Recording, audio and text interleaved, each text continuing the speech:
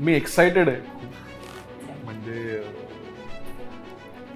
आम्ही सगळ्यांनी मिळून जे प्रोडक्ट बनवलंय त्याच्यावर आमच्या सगळ्यांचा खूप जास्त विश्वास आहे. खरं म्हणजे ना, नेहमी मला असा काही प्रश्न विचारला म्हणजे भूमिकेबद्दल, सिनेमाबद्दल, तर माझं एक उत्तर असतं की मी जी पात्र आतापर्यंत केली आहेत ना, तर माझा जास्त प्रयत्न असतो माझ्या आजूबाजूला जी माणसं मी बघतेय ना, मी त्यांचा अभ्यास करून त्यांच्यातलं एक एक निवडते प्रत्येक वेळी कॅरेक्टरसाठी. म्हणजे एखाद्या पात्राचं चालणं, एखाद्या पात्राचं बोलणं, विचार करणं, अशा गोष्टी. पण यावेळी माझ्या वाट्याला असं पात्र आलं होतं की मी असं कुठेच बघितलं नव्हतं आणि कुठे अभ्यास करायला जाऊ ना याचा. एक्सपिरियन्स म्हणजे तो म्हटलं तर त्यांनी त्याचं भावविश्व आणि स्वप्नविश्व याचं एक कोलॅब केलेलं आहे या सिनेमामध्ये. वाड्याचा म्हणजे आम्ही तिकडे हॉरर शूट करत होतो आणि तिथे आम्हाला अनुभव आलेत. अघोरी आमचं नाईट शिफ्ट जेव्हा असायची तेव्हा आय थिंक 2-2:30च्या दरम्यान मागे, कारण कम्प्लिटली ती वॉटर बॉडी होती आणि ते टेकडीवर वगैरे होतं, आवाज यायचे तिथे. मला वाचव वगैरे. सो आम्ही लिटरली घाबरलोय म्हणजे बऱ्याचदा की हे काय नक्की घडतंय, कारण ती जी स्पेस आहे तो एक पडका एक स्ट्रक्चर होतं. सो तिथे आम्ही दिवसाच रेकी करायला गेलो होतो, रात्री तिथे काय असतं आम्हाला माहिती नव्हतं. सो त्यामुळे रात्री आमचे काही अनुभव आहेत तिकडचे.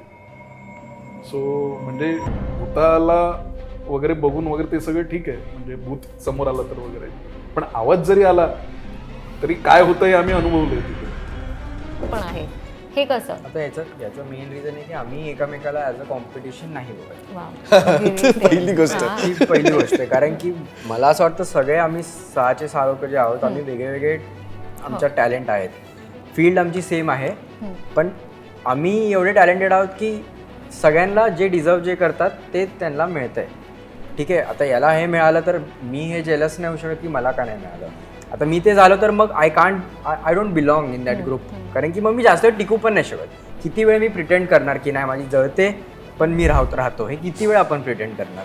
आम्हाला झाले 6 वर्ष आता, ठीक आहे, 6 वर्ष यू कांट प्रिटेंड. आणि आम्ही सगळे एका वेगळ्या ह्याच्यावर आहोत, फॉलोअर्स वाईज, नंबर वाईज बोला तुम्ही, इवन फायनान्शियली, इन्कम वाईज सगळं आमचं वेगळं आहे. सो आम्ही एकामेकाचं कॉम्पिटिशन तसंही नाही होऊ शकत. आता मी करण नील आम्ही फॉलोअर वाईज थोडेसे आहोत, क्लोज आहोत, बट मला नाही वाटत आम्ही एकामेकाला ॲज अ कॉम्पिटिशन बघतो, कारण की ते जर असतं तर आतापर्यंत तुटलं असतं. जे पण मोठे मोठे ग्रुप्स तुटतात कुठे ना कुठे हेच मध्ये येतं की जेलसी फॅक्टर जो असतो, काही पण जे इनसिक्युरिटी जे बोलतात ते नाही आहे, म्हणून आम्ही अजून तरी आहोत. आणि याला ॲड ऑन म्हणून ना, प्रत्येक जणाचा स्वभाव असा आहे की जर सौरभ काही करत असेल कोणतं काम आणि त्याला समोरचा व्यक्ती डिरेक्टर किंवा प्रोड्युसर म्हणतोय तू आलायस बरोबर, तू हवायस मला, अजून पण 4-5 जण आम्ही बघतोय, स्वतः जाऊन बोलतो ऐका ना 4-5 माझे मित्र आहेत. म्हणजे आम्ही म्हणजे असं किती वेळा झालंय, आमची पहिली ऍड सचिनची आम्ही बोलतो पण ती आणली सौरभनी आहे. सौरभला त्या डिरेक्टरचा मेसेज बनवला, अरे मी असं मुलं बघतोय सचिनच्या ऍड सोबत, बोललो माझ्यासोबत 4 लोक. आमच्या सगळ्यांचे ऑडिशन, आम्ही एक ऑडिशन शूटवर होतो, तिथे कपडे बदलून बाथरूम मधनं ऑडिशन पाठवून फोटो पाठवून दुसऱ्या दिवशी गोव्याला जाणार पहिल्यांदा आम्ही, फ्लाईटचे तिकीट वाया घालवून कॅन्सल करून सचिन तेंडुलकरच्या शूटला पोहोचलो. ते आलेलं फक्त मला आणि माझ्या मित्र श्रवणला, ठीक आहे, तर आम्हाला दोघांनाच आले ते ऑडिशन. आम्ही झालो सिलेक्ट. मग नंतर तो जो होता कास्टिंग डायरेक्टर तो बोलला की और 4-5 दोस्त चाहिए. बोलो हे नाव आहे, 4-5 ही आहे. हे कोणताही ऍक्टर असं नाही करणार ना की मी आहे तर मला ह्याला पण घे, तो जेलसी फॅक्टर नाहीच आहे. म्हणून ती म्हणजे कितीतरी असं असं जिंकला तर मी जिंकेल, तो जिंकला तर मी जिंकेल, हा जिंकला तर मी जिंकेल. ती खूप Automatically कोर इथे मेमरी आमची. त्या दिवशी जर मी नसतं यांचं नाव पुढे गेलं, ती एक कोर मेमरी आमच्या लाईफमधून गेली असती. फर्स्ट ऍड सचिन तेंडुलकर बरोबर. आणि जसं जसं गोष्ट आहे की सॉरी, जसं की आता बिझनेस कमर्शियली आम्ही इंडिव्हिज्युअली काम करतो.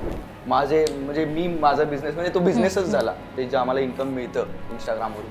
पण कसं आहे की जेव्हा पण आम्ही ब्रँड व्हिडिओज करतो तेव्हा आम्ही एकमेकांना सपोर्ट करतो, हेल्प करतो. जसं की माझ्या ब्रँड व्हिडिओमध्ये मला नील हवं आहे, तर नील काही बोलत नाही, अच्छा काय करायचं आहे ब्रँड व्हिडिओ, ओके, स्क्रिप्ट त्याला देणार, एकमेकांना तशी हेल्प करतो आम्ही. हाय हॅलो नमस्कार, मी माधवी वाडकर तुम्हा सगळ्यांचं नवराष्ट्रमध्ये मनापासून स्वागत करते. मंडळी, मला असं वाटतं की कॉमेडी आणि हॉरर हे दोन जॉनर असे आहेत की जे आपल्याला प्रेझेंटमध्ये ठेवतात आणि थोड्या वेळ का होईना ओव्हर थिंकिंगच्या भूताला दूर पळवतात. असाच कॉम्बिनेशनवाला एक चित्रपट 24 जुलैपासून आपल्या भेटीला येतोय आणि त्यामध्ये थोडासा सस्पेन्सचा सुद्धा तडका आहे आणि हा चित्रपट म्हणजेच भूतम भयम. ह्या चित्रपटाची स्टारकास्ट टीम आणि डिरेक्टर आता माझ्यासोबत आहे. तर चला गप्पांना आपल्या सुरुवात करूया आणि आपल्या आजच्या या भागाला सुद्धा. सगळ्यात आधी सगळ्यांना हाय हॅलो नमस्कार, कसे नमस्कार आहात? नमस्कार, कसं आहे? एकदम मस्त आहे. राम सर, मी तुमच्यापासून सुरुवात करेन. खरं तर सकाळपासून अनेक इंटरव्ह्यू मी बघते, मुलाखती पाहिल्या आहेत. 24 जुलै हा शुक्रवार खूप महत्त्वाचा आहे तुमच्यासाठी आणि जेव्हा कधी असा क्षण येतो ना, तो दिवस इम्पॉर्टंट असतो. मनामध्ये दोन गोष्टी असतात. एक तर इंट्युशन असतं जे म्हणतं की येस, काहीतरी छान होणार आहे आणि हा 360 डिग्री बदल असेल आपल्या करिअर लाईफमध्ये सुद्धा. आणि दुसरीकडे एक भीती असते की खरंच होईल ना. आत्ता सध्या मनात काय चालू आहे? मी एक्सायटेड आहे. अच्छा. म्हणजे आम्ही सगळ्यांनी मिळून जे प्रोडक्ट बनवलंय त्याच्यावर आमच्या सगळ्यांचा खूप जास्त विश्वास आहे आणि त्यामुळे मला कुठल्याही गोष्टीचं दडपण नाही. पहिला सिनेमा म्हणून म्हणजे अगोदरपासून जेव्हा हा काही प्रवास सुरू झाला, माझा पहिला सिनेमा कसा असावा, जे काही टप्पे मी ठरवले होते, ज्या पद्धतीनं तो दिसावा, कसा असावा, मला जे वाटत होतं ते सगळं मी या सिनेमामध्ये दाखवण्याचा प्रयत्न केला. म्हणजे मी या सिनेमातली जी पात्र आहेत, मी जिथून परळच्या चाळीतनं वगैरे येतो, तर ती पात्र जी आहेत ती माझ्या आजूबाजूला कायम मी बघितलेली आहेत. त्यांचं जगणं मी कुठेतरी या कॅरेक्टर्समधून आणलं. मी स्वतः कोकणातलं आहे आणि मी म्हणजे फक्त पर्यटनासाठी कोकणात जात नाही, मी मूळचा कोकणातला आहे. मी कोकणातल्या माझ्या घरच्या गणपतीला, जत्रांना, शिमग्याला माझं गावी जाणं होतं आणि मी जे कोकण बघितलंय, मला ज्या गोष्टींनी कोकणातल्या इन्स्पायर केलं आहे, तिथलं इन्स्पिरेशन घेऊन मी माझ्या सिनेमामध्ये आणण्याचा प्रयत्न केला आहे. म्हणजे कुठेतरी तुम्ही लहानपणापासून जेव्हा तुमच्या गावात वाढता तर तिथली माती कुठेतरी तुमच्या अंगाखांद्याला लागते आणि तर ती जी काही माती अंगाखांद्याला लागली होती आणि त्यातून मला माझ्या सिनेमामध्ये ज्या पद्धतीनं कोकण एक्सप्लोर करावं असं वाटलं, त्या पद्धतीनं मी कोकण देखील त्याच्यामध्ये एक्सप्लोर केलं. सो या बऱ्याच गोष्टी आहेत. म्हणजे मी जे जगलो आहे, माझे अनुभव, माझ्या आजूबाजूंची पात्र, ह्या सगळ्यामधून भूतम भयम जन्माला आलं आहे आणि तो टेक्निकली आम्ही खूप वेगवेगळे एक्सपेरिमेंट केले. आम्ही म्हणजे जे मराठीमध्ये कदाचित याआधी तसे झाले नव्हते. म्हणजे प्रॉस्थेटिक्स, छायाताईंचं लुक, जठाईचं जे काही जग आहे, म्हणजे असं जग ह्या अगोदर मराठीमध्ये कधीच झालं नव्हतं. आणि ज्या पद्धतीनं इतर पात्र, कारण माझी गोष्ट जी आहे ती दंतकथेच्या जगातून येते, सो ती पात्र खूप युनिक आहेत आणि खूप वेगळी पात्र आत्ता मराठी मधून गोष्ट सांगणार. सो ती पात्र खूप नवीन आहे, ती गोष्ट खूप नवीन आहे, त्यातलं इमोशन जे आहे ते खूप नवीन आहे आणि व्हिज्युअली आणि टेक्निकली आम्ही सिनेमा ज्या पद्धतीनं अचीव करण्याचा प्रयत्न केला त्याच्यासाठी सगळ्यांनी जी मेहनत घेतली आहे, हा सिनेमा मी म्हणेन की हा युनिक सिनेमा आहे. नव्या पद्धतीचं स्टोरी टेलिंग आहे, नव्या पद्धतीचं व्हिज्युअलायझेशन आहे, नव्या पद्धतीचं कास्टिंग आहे आणि एक नवीन प्रयोग घेऊन आम्ही प्रेक्षकांसमोर 24 जुलैला येतो. हे नाव फार वेगळं आहे, भूतम भयम. काही वेगळं नाव डोक्यामध्ये होतं का, किंवा ह्या नावामागे काही वेगळी गोष्ट आहे का? भूतम भयम हेच आधीपासून ठरलं नाव डोक्यात होतं.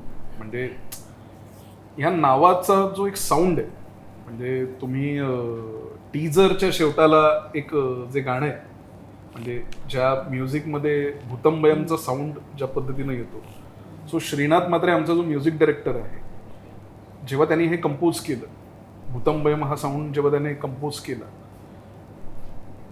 या नावामध्ये मला एक वेगळी किक बसली की या नावामध्ये काहीतरी गंमत आहे आणि कुठलंही नाव ठरवताना मला असं वाटलं की ती किक बसली पाहिजे. सो भूतम भयम मध्ये मला ती किक बसली, म्हणून आज सिनेमाचं नाव भूतम भयम. म्हणून कॅची आणि ट्रेंडिंग असं नाव आहे भूतम भयम, फार वेगळं. थँक्यू. छाया मॅम तुमच्याकडे येते.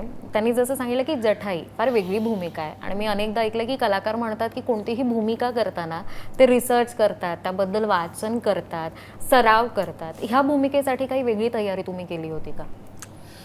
खरं म्हणजे ना, नेहमी मला असं काही प्रश्न विचारला म्हणजे भूमिकेबद्दल, सिनेमाबद्दल, तर माझं एक उत्तर असतं की मी जी पात्र आतापर्यंत केली आहेत ना, तर माझा जास्त प्रयत्न असतो माझ्या आजूबाजूला जी माणसं मी बघतेय ना, मी त्यांचा अभ्यास करून त्यांच्यातलं एक एक निवडते प्रत्येक वेळी कॅरेक्टरसाठी. म्हणजे एखाद्या पात्राचं चालणं, एखाद्या पात्राचं बोलणं, विचार करणं, अशा गोष्टी.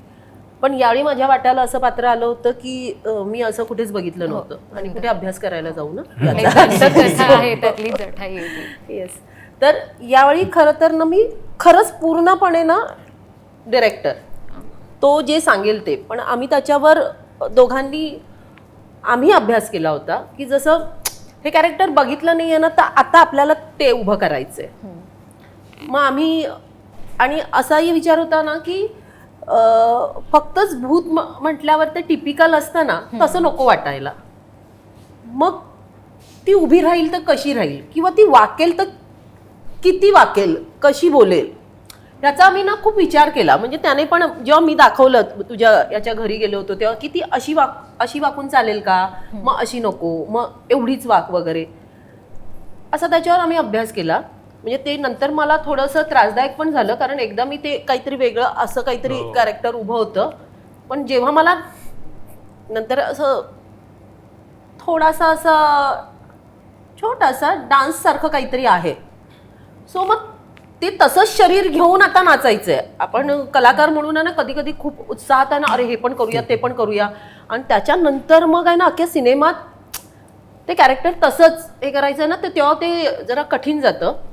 पण या ह्याच्यात माझं तेच आहे की मला एक एक कॅरेक्टरला द्यावं लागलं. नेहमी असं बघते, तर यावेळी मला नाही असं कुठे काही भूतबीत असं बघितलं नव्हतं, त्यामुळे. पण ह्या म्हणजे मेकअप आणि हे लुक सगळ्यासाठी किती वेळ लागत होता तरी? पहिला लुक टेस्ट म्हणजे लुकचं एक सांगेन की जेव्हा जठाईचा लुक मी जितू दादांना ब्रीफ केला होता, आमच्या खूप मीटिंग्स झाल्या, त्यांनी खूप प्रेझेंटेशन केले, आणि त्याचं जे ट्रायल आहे, म्हणजे जे माझ्या टीममधल्या काही मेंबर्सवर वगैरे झालं होतं, त्याचे जवळजवळ 20 ट्रायल आम्ही केले होते. आणि एक ट्रायल करण्यासाठी प्रॉस्थेटिक्सला जवळजवळ एक 7 ते 8 तास लागतात. सो असे बरेच महिने ते ट्रायल सुरू होते. त्यानंतर मग एक लुक आम्ही फायनल केला. त्यानंतर मग छायाताई वर तो लुक ट्राय केला.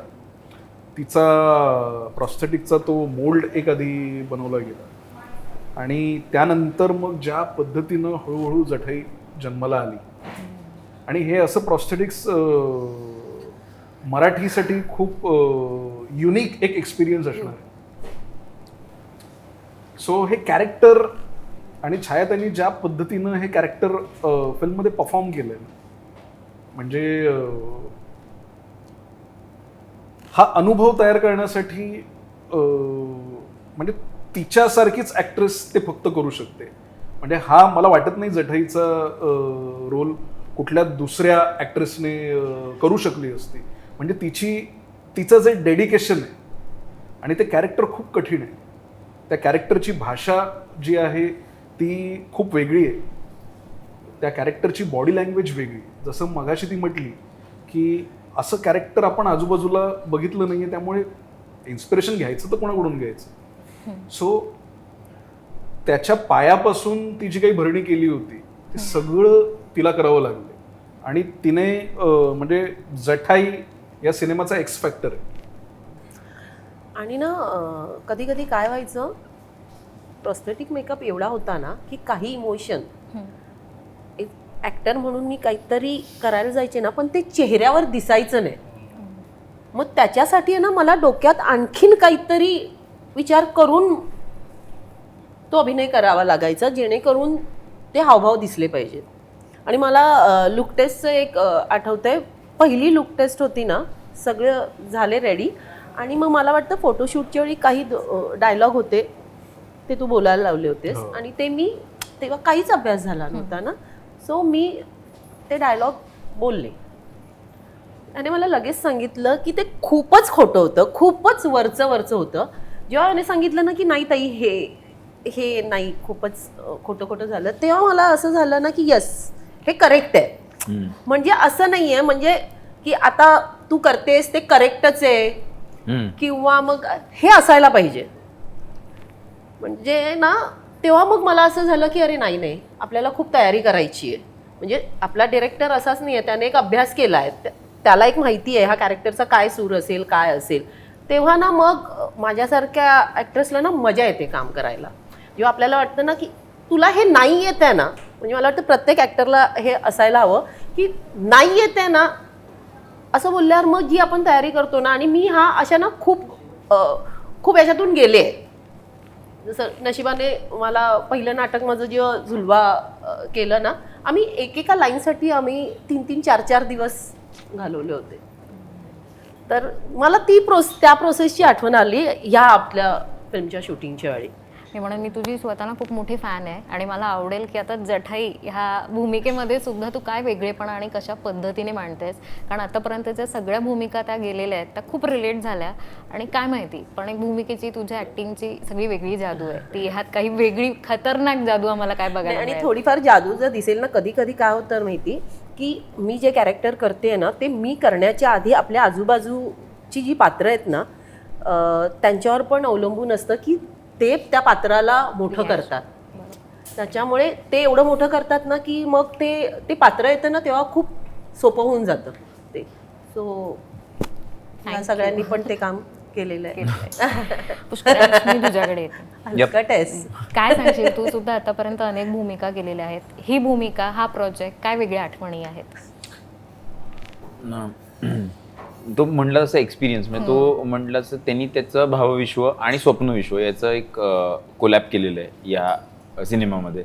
म्हणजे जे तो जगलाय आत्तापर्यंत त्यातून निर्माण केलेली कॅरेक्टर्स आणि जे त्यांनी इमॅजिन केलं काहीतरी त्यातलं एक विश्व, असं त्यांनी एक कोलॅबरेट केलं. तर माझ्यासाठी दोन्ही विश्व नवीन आहेत. म्हणजे माझ्या स्वप्नातही जठाईचं विश्व नाही आहे, मी कधी माझ्या इमॅजिनेशनमध्ये पण ते विश्व नाही आहे, त्यामुळे ते मोठं आहे, त्याचा भाग होता येणं. आणि माझ्या भावविश्वात पण हे नाही आहे. म्हणजे मी मगाशी पण उदाहरण दिलं, पण एकत्र आंघोळ करणं हे आम्ही कोणीच असं काही एक्सपिरियन्स केलं नाही आहे. पण ते वाचल्यानंतर मला असं झालं की हो कोणीतरी असं जगतं ना, कोणीतरी असं जगतं, तर आपल्याला ती पात्र अशी जगणारी पात्र कशी विचार करत असतील, मग त्यांना काय वाटत असेल पैशाबद्दल, म्हणजे पैसे किती महत्त्वाचे असतील, म्हणजे 10 रुपये जरी दिसले तरी ते किती महत्त्वाचे, ऑटोमॅटिकली तुम्हाला कॅरेक्टर कळतं. साबण वाचवण्यासाठी तुम्ही धडपड करताय, पाणी 1 तास येते तेवढ्यात सगळेजण आंघोळी करून घेत आहे वगैरे, हे जेव्हा तुम्हाला कळतं तर ते विश्व करण्यासाठी मला वाटतं अभिनय करताना ती इंटरेस्टिंग गोष्ट आहे ना. टायमिंग चांगलं आहे, बाकी गोष्टी चांगल्या आहेत वगैरे, किंवा एक्सप्रेशन्स भारी आहेत, किंवा किती छान मस्त मार्कवर येतो वगैरे, हे सगळ्या टेक्निकल गोष्टी हे सगळं झालं, पण जगण्याचा अनुभव समृद्ध झाला पाहिजे असं मला वाटतं. तर हे त्यातनं झालं की अशी मैत्री समजणं की या सगळ्या पात्रांच्या प्रवासातनं मित्रासाठी आपण काय लेवलपर्यंत जाऊ शकतो, एका मित्राला वाचवण्यासाठी किंवा मित्राला संकटातून बाहेर काढण्यासाठी आपण काय लेवलला जाऊ शकतो,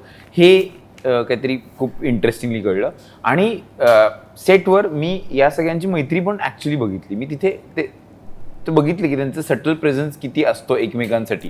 म्हणजे असं दाखवणार नाही कोणी नील किंवा असं करण किंवा सौरभ वगैरे, पण जर शुभमला त्रास होत असेल तर सगळ्यांच्या डोक्यात असतं, किंवा सिद्धांतचं काहीतरी रिॲक्शन असेल तर सगळ्यांच्या डोक्यात ते चालू असतं. तर ही मैत्री ऑब्झर्व करता तशा पात्रांमधनं काहीतरी जगता आलं, was my take away from this. मी ना ऑरेंज ज्यूस गँगला म्हणेन, मी मगाचपासून तिथे कॉर्नरला बसून डोक्यामध्ये आठवणी ह्याच येत आहेत की काश असा एखादा ग्रुप आपलासुद्धा असता की जो एकत्र करिअर वाईजसुद्धा ग्रो करता आला असता. म्हणजे अनेक ग्रुप असतात कॉलेजचे किंवा शाळेचे जी रियुनियन म्हणून आता भेटतो, पण आजही तुमचा ग्रुप आहे आणि हा ऑरेंज ज्यूस गँग मैत्रीसुद्धा आहे आणि तेवढंच एकत्र ग्रो होत आहे करिअर वाईजसुद्धा. सो ही मैत्री अजूनही तुटली नाही आहे. ह्याच्यामागे काय टॉप सिक्रेट आहे किंवा कुठली अशी गोष्ट आहे की जी आजही तुम्हाला सगळ्यांना एकत्र जोडून आहे? काय सांगाल? मला जसं तू आता म्हटलीस ना, रियुनियनसाठी आता लोकं भेटतात, तसं आम्ही चिल करायला एकमेकांना नाही भेटत. लिटरली असं आहे. म्हणजे आमचे बड्डे आम्ही एकत्र करतच नाही.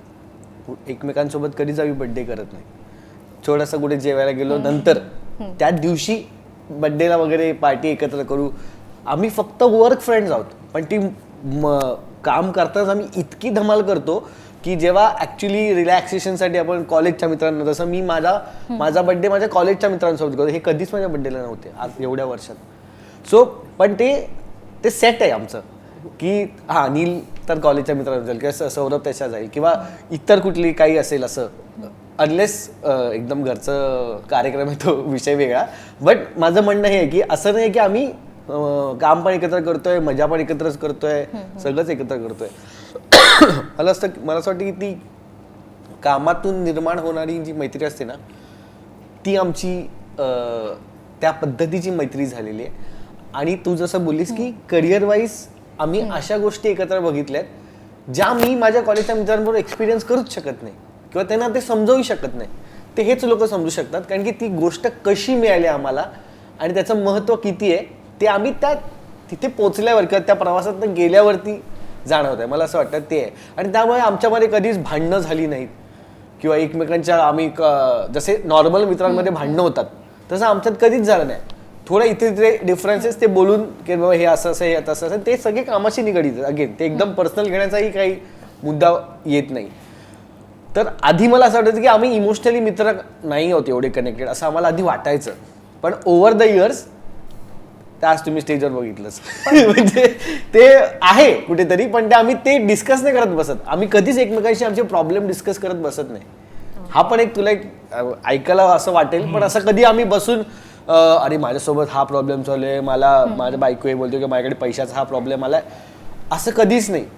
असं कधी डिस्कशन होतच नाही. आमच्यामध्ये फक्त ना मजा होते. म्हणजे मी इकडे जर ह्यांना भेटतोय ना, मला माहिती आहे की मी सगळं विसरणार आहे किंवा मला अगदीच गरज लागली तर मी पर्सनली करणं बोली, कारण मला पैसा आहे किंवा सौरभ मला ही गरज आहे किंवा कोणाला ज्याच्याकडनं जी मदत घेता येईल. पण ते पण डिरेक्ट आहे. We never discuss in group. आणि हे कोणी ठरवलं नाही, हे असंच आहे. आणि मला वाटतं की हीच गोष्ट आहे ती जी ज्या सगळ्या गोष्टी कारणीभूत आहेत. मित्र लांब जातात, भांडणं होतात, काय होतात, पण ह्या सगळ्या गोष्टी आमच्यात त्या राहतच नाही, त्या एक्झिस्टच करत नाहीत. पण अनेकदा आपण ऐकतो की जेव्हा बिझनेस ग्रुप किंवा बिझनेस मित्र एकत्र करतात, पार्टनरशिप, तिथे आपण म्हणतो नात्यामध्ये व्यवहार आला की ते नातं कुठेतरी तुटतं. पण आजही तुमचं मैत्रीचं नातं हे एकत्र आहे आणि करिअर पण आहे. हे कसं? आता याचं मेन रिझन आहे की आम्ही एकमेकाला ॲज अ कॉम्पिटिशन नाही बघत. पहिली गोष्ट ही पहिली गोष्ट आहे. कारण की मला असं वाटतं सगळे आम्ही 6चे 6 लोक जे आहोत, आम्ही वेगळे आमच्या टॅलेंट आहेत. फील्ड आमची सेम आहे, पण आम्ही एवढे टॅलेंटेड आहोत की सगळ्यांना जे डिझर्व जे करतात ते त्यांना मिळतंय. ठीक आहे, आता याला हे मिळालं तर मी हे जेलस नाही होऊ शकत की मला का नाही मिळालं. आता मी ते झालं तर मग I don't belong in that group. कारण की मग मी जास्त वेळ टिकू पण नाही शकत. किती वेळ मी प्रिटेंड करणार की नाही माझी जळते पण मी राहतो, हे किती वेळ आपण प्रिटेंड करणार. आम्हाला झाले 6 वर्ष आता. ठीक आहे, 6 वर्ष यू कांट प्रिटेंड. आणि आम्ही सगळे एका वेगळ्या ह्याच्यावर आहोत. फॉलोअर्स वाईज, नंबर वाईज बोला तुम्ही, इवन फायनान्शियली, इन्कम वाईज सगळं आमचं वेगळं आहे. सो आम्ही एकामेकाचं कॉम्पिटिशन तसंही नाही होऊ शकत. आता मी करण नील आम्ही फॉलोअर वाईज थोडेसे आहोत, क्लोज आहोत, बट मला नाही वाटत आम्ही एकामेकाला ॲज अ कॉम्पिटिशन बघतो. कारण की ते जर असतं तर आतापर्यंत तुटलं असतं. जे पण मोठे मोठे ग्रुप्स तुटतात कुठे ना कुठे हेच मध्ये येतं की जेलसी फॅक्टर जो असतो, काही पण जे इनसिक्युरिटीचे बोलतात ते नाही आहे, म्हणून आम्ही अजून तरी आहोत. आणि याला ॲड ऑन म्हणून आहे ना, प्रत्येक जणाचा स्वभाव असा आहे की जर सौरभ काही करत असेल कोणतं काम आणि त्याला समोरचा व्यक्ती डिरेक्टर किंवा प्रोड्युसर म्हणतोय तू आलायस बरोबर, तू हवायस मला, अजून पण 4-5 जण आम्ही बघतोय, तू स्वतः जाऊन बोलतो ऐका ना 4-5 माझे मित्र आहेत, छान काम करतात. म्हणजे आम्ही जी म्हणजे असं सचिनची किती वेळा ad झालंय केली, आमची पहिली ऍड सचिनची आम्ही बोलतो पण ती आणली सौरभनी आहे. सौरभला त्या डिरेक्टरचा मेसेज आला पण बोलला अरे मी असं मुलं बघतोय सचिनच्या ऍड सोबत बोललं माझ्यासोबत 4 लोक आमच्या सगळ्यांचे ऑडिशन आम्ही एक ऑडिशन शूटवर होतो तिथे कपडे बदलून बाथरूम मधनं ऑडिशन पाठवून फोटो पाठवून दुसऱ्या दिवशी गोव्याला जाणार पहिल्यांदा आम्ही फ्लाईटची तिकीट वाया घालवून कॅन्सल करून सचिन तेंडुलकरच्या शूटला पोहोचलो. ते आलेलं फक्त मला आणि माझ्या मित्र श्रवणला. ठीक आहे, तर आम्हाला दोघांनाच आले ते ऑडिशन. आम्ही झालो सिलेक्ट. मग नंतर तो जो होता कास्टिंग डायरेक्टर तो बोलला की और 4-5 दोस्त चाहिए. बोलो हे ना भाई 4-5 ही तो आहे. हे कोणताही ऍक्टर असं नाही करणार ना की भाई मी आहे तर मला ह्याला पण घे त्याला पण घे. तो जेलसी फॅक्टर नाहीच आहे. म्हणून ती आय गेस म्हणजे कितीतरी हा असं- जिंकला तर मी जिंकेल, तो जिंकला तर मी जिंकेल, हा जिंकला तर मी जिंकेल. ती खूप Automatically कोर ती मेमरी आमची. आता त्या दिवशी जर मी नसतं यांचं नाव पुढे गेलं ती एक कोर मेमरी आमच्या लाईफमधून गेली असती. फर्स्ट ऍड सचिन तेंडुलकर बरोबर. आणि आणि जसं जसं गोष्ट तू- आहे की सॉरी जसं की आता बिझनेस कमर्शियली आम्ही इंडिव्हिज्युअली काम करतो. माझा बिझनेस म्हणजे तो बिझनेसच झाला ते जे आम्हाला इन्कम मिळतं इंस्टाग्रामवरून. पण कसं आहे की जेव्हा पण आम्ही ब्रँड व्हिडिओज करतो तेव्हा आम्ही एकमेकांना सपोर्ट करतो, हेल्प करतो. जसं की माझ्या ब्रँड व्हिडिओमध्ये मला नील हवाय तर नील काही बोलत नाही, अच्छा काय करायचं आहे ब्रँड व्हिडिओ, ओके स्क्रिप्ट त्याला देणार. एकमेकांना तशी हेल्प करतो आम्ही. म्हणजे ते पैशाचा व्यवहार आम्ही कधी मध्ये हा, पैसे नाही का म्हणजे तिकडे actor पैसे म्हणून नाही पैसे नाही घेणार. की येतो चल ही इज तुझ्या. Getting paid for it right. आणि हा पण याचे 2-3 तास देतोय तिकडे पण ह्याला त्याचे पैसे नाही मिळणार. इट इज आणि ते कधी आमच्यात राहिलंच हा, नाही. राहिलंच कधी नाही. कोणी विचारलं नाही, व्यवहारच कधी काय राहिला. हा जर दुसऱ्यासोबत करतो तर आम्ही बोलतो आम्ही एवढे घेतो दिवस. हा, एक तो आमचा फ्रेंड पण असं कधीच काही एवढं भांडण आपण म्हणतो की एकदम मोठं भांडण होतं किंवा असं काहीच ग्रुप एकमेकांची खूप अतिमस्करी केल्यामुळे भांडण झाली. माझं त्याच्या श्रवणचं पलीकडे खूप नाही. होतं ऍक्च्युली. ते पण भांडण असं 1 मिनिटाचं असतं आणि नंतर ते पण मस्तीतच निघतं. असं प्रॉपर भांडण नाही. म्हणजे माझ्यामुळे हे लोक 2-3 तास थांबलेत. तर त्याच्यावरून अजून हे लोक मला नाही 6 तास वगैरे. तुझ्या लेट बद्दल बोलतोयस का तू? हा मी हा लेट तर आतापर्यंत तर मैत्री तुटली पाहिजे होती पण तरी आम्ही एकत्र आहोत कारण आणि की ते लोकं आम्ही- तरी थांबतात. का तुम्हाला सांगतो त्याला आम्ही 7व्या तासाला भेटल्याला खूप घाण शिव्या मिळतात पण हा रेसिप्रोकेटच नाही करत. भांडण मी ऐकून घेतो. समोरचा Yes, काय yes, yes, yes. ऐकून घेतो. तेच म्हणजे तेच आहे. एका वाक्यात संपता या चल रे एवढं झालं आम्ही- 7 तास आम्ही गेले. एकमेकांचा एवढा इन्सल्ट केलाय ना आणि कितपत लेवलला गेला ना हे जर बाहेर कळलं ना तर कॉन्ट्रोवर्सी होऊ शकते. म्हणून ते आम्हाला कोण लोक ट्रोलच नाही करू शकत. आम्हाला कोण काही वाईट बोलूच नाही शकत. म्हणून त्याच्यामुळे आमची ती मैत्री घट्ट आहे आणि तीच मनमीत बरोबर आणि पुष्कराज बरोबर या फिल्मच्या प्रोसेसमध्ये पण झाली आणि फिल्म नंतर जास्त वाढली आहे. मी आता फोन करून सांगतो माझा ठाण्यात प्रयोग आहे प्रयोगानंतर भेटूया का. ते खूप स्ट्रॉंग कनेक्शन झालं आमचं. काय सांगाल चित्रपटामध्ये तुम्हाला ज्या प्रत्येकाला भूमिका मिळालेल्या आहेत असं कधी वाटलं का की नाही हा रोल मला मिळाला असता तर किंवा हा रोल छान आहे अजून चांगला असं कुठल्या रोल बद्दल वाटतं का? या मूवीचं हा, या movie मला वाटतं ऑनेस्टली एकदम परफेक्ट कास्टिंग केली. एकदमच- प्रत्येकाला जे एकदम मिळालेलं तुला आहे. सांगू casting. त्यांनी खूप अपोजिट कास्टिंग केल्या म्हणजे हे आमच्यासाठी चॅलेंजिंग होतं Proper एकदम. बघायला गेलं तुम्ही तर. जर बघणार कॅरेक्टर्स मला नाही वाटत मला तरी बघून असं वाटतं की नाही हा रोल शुभमच करू शकतो हा पंपीचा. याच्यात ना नील जाणार कदाचित मी पण आहे कोण नाही जाणार. हा म्हणजे तसं बघायला गेलं तर Perfect प्रॉपर वाटतं, हो, परफेक्ट खरंच. म्हणजे आम्हाला म्हणजे एकदा ते नाही वाटलं- त्यांना रिअलाइज झालं ते म्हणतोय मला रिअलाइज नव्हतं होत की आम्हाला एकदाही असं हे नाही वाटलं केल्यानंतर की वाटतंय. आम्ही पण सरांशी करताना बोलू तुम्हाला की- नाही वाटलं की सपोज ह्याचा रोल हा मी छान केला असता किंवा हा रोल नाही, मला नाही, suit नाही, होता, नाही, असं नाही, काहीच नाही. वर्कशॉप मध्ये पण नाही वाटलं. असं वाटलं की लुक वाईज पण ह्यांना असंच पाहिजे होतो आम्ही आणि दर ह्याच्यात एकदाही आम्ही नाही सरांना बोललो की हा रोल आपण काही आणि करू मी शकतो. सरांना मला आठवतं की जेव्हा पहिल्यांदा भेटलो तेव्हा त्यांनी मला विचारलं की तुला मालवणी येते का. तर मी बोललो नाही सर तेवढं म्हणजे काय नाही जमत मला. मग त्यांनी मला विचारलं तुझ्या ग्रुपमध्ये कोणाला जमते. तर मी बोललो नीलला येते, सिद्धांतला येते, शुभमला येते. बोलले ठीक आहे. तर ते सगळं सोडून तरी तो रोल मलाच दिला ज्याच्यात मला मालवणी बोलायची.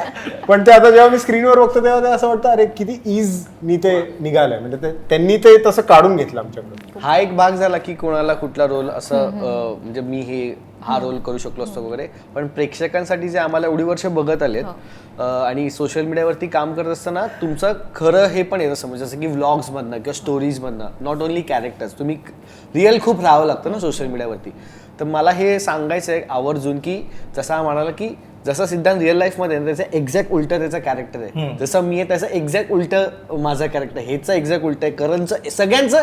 आणि आम्ही त्याच्याबद्दल जोक्स केले की भाई तू असता तर अजिबातच नाहीयेस पण तू फिल्म मध्ये तसा होतोय. सो लोक प्रेक्षकांना काहीतरी खरंच अपोजिट बघायला मिळणार आहे की असं नाही की रेग्युलर जे रील्स मध्ये मला बघितलंय का example नीलला मध्ये सांगा, म्हणजे एखादी गोष्ट की हा असा स्वभावाचा आहे आणि अपोजिट कॅरेक्टर ते आहे. सिद्धांत मी खरं सांगू सिद्धांत जसा मी दिसतो मुळात ना, एकदम म्हणजे असं टापटीप असतो, पण जसे की मी देवांना खूप मानतो, पण मी पूजेला कधी बसत नाही किंवा टीका लावत नाही किंवा असं काही एवढं करत नाही. आणि मी असं मी जॉबला जातो, मी खूप सिरियस आहे, मला घर घ्यायचंय, मला लग्न करायचं आहे, ह्या सगळ्या गोष्टी मी नाही करत. मी बिंदास माणूस आहे, मी मजा मस्ती करतो, मी माझं म्हणजे जे काय असेल काम करतो. मला सवय आहे की ती रील्स करता करता सवय लागली की दररोज मला ऍक्शन ऐकायला आलं पाहिजे आणि मी ऍक्ट करेन आणि ते काहीतरी वेगळं करण्याचा प्रयत्न करत राहीन. पण जेव्हा फिल्म प्रोसेसमध्ये आलो आणि जेव्हा मला आणि एकतर मी 4 मीटिंग नव्हतो पहिल्या, मी वेगळ्या शूटवरती होतो आणि त्यानंतर मी ह्या प्रोसेसमध्ये आल्यानंतर मला सर म्हणाले की तुझं कॅरेक्टर तन्मय आपटे आहे. बोला अच्छा असेल, काय जरा कॉमेडी असेल, वाव. नंतर कधी की तू खूप सिरियस आहेस. बोलू सिरियस शंभर.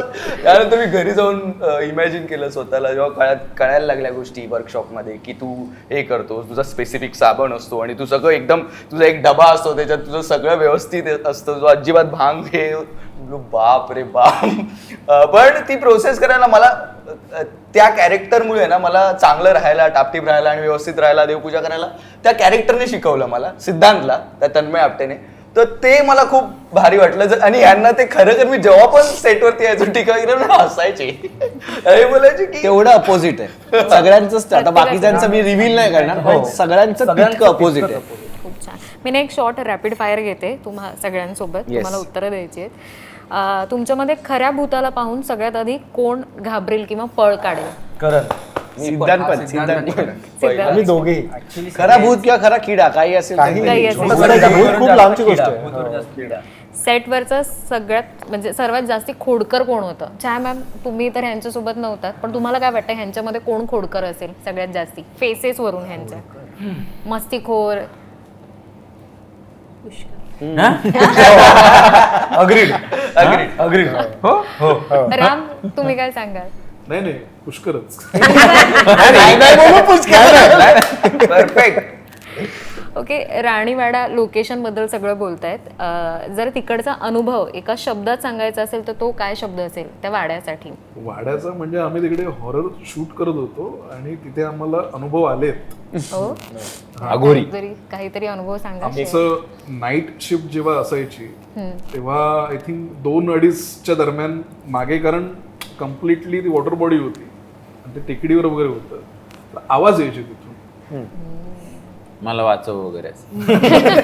सो आम्ही लिटरली घाबरलोय म्हणजे बऱ्याचदा की हे काय नक्की घडतंय, कारण ती जी स्पेस आहे तो एक पडका एक स्ट्रक्चर होतं. सो इथे आम्ही दिवसाच रेकी करायला गेलो होतो, रात्री तिथे काय असतं आम्हाला माहिती नव्हतं. सो त्यामुळे रात्री आमचे काही अनुभव आहेत तिकडचे. सो म्हणजे भूताला वगैरे बघून वगैरे ते सगळं ठीक आहे, म्हणजे भूत समोर आला तर वगैरे, पण आवाज जरी आला तरी काय होतं हे आम्ही अनुभवलंय तिकडे. अजून कोणाला काही अनुभव आले?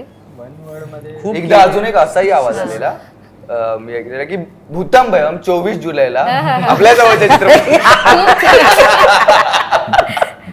खरंच कॉमेडी करता करता पटकन हॉरर आणि हॉरर मधून कॉमेडी कसं आणायचंय ते भूतम भयम आहे, मी असं म्हणेन. कॉमेडी की हॉरर दोन्ही जॉनर तुम्ही या चित्रपटामध्ये साकारताय भूमिका करताना, कुठली कठीण वाटली? म्हणजे कॉमेडी करणं जास्ती कठीण आहे की हॉरर हे करणं जास्ती कठीण आहे?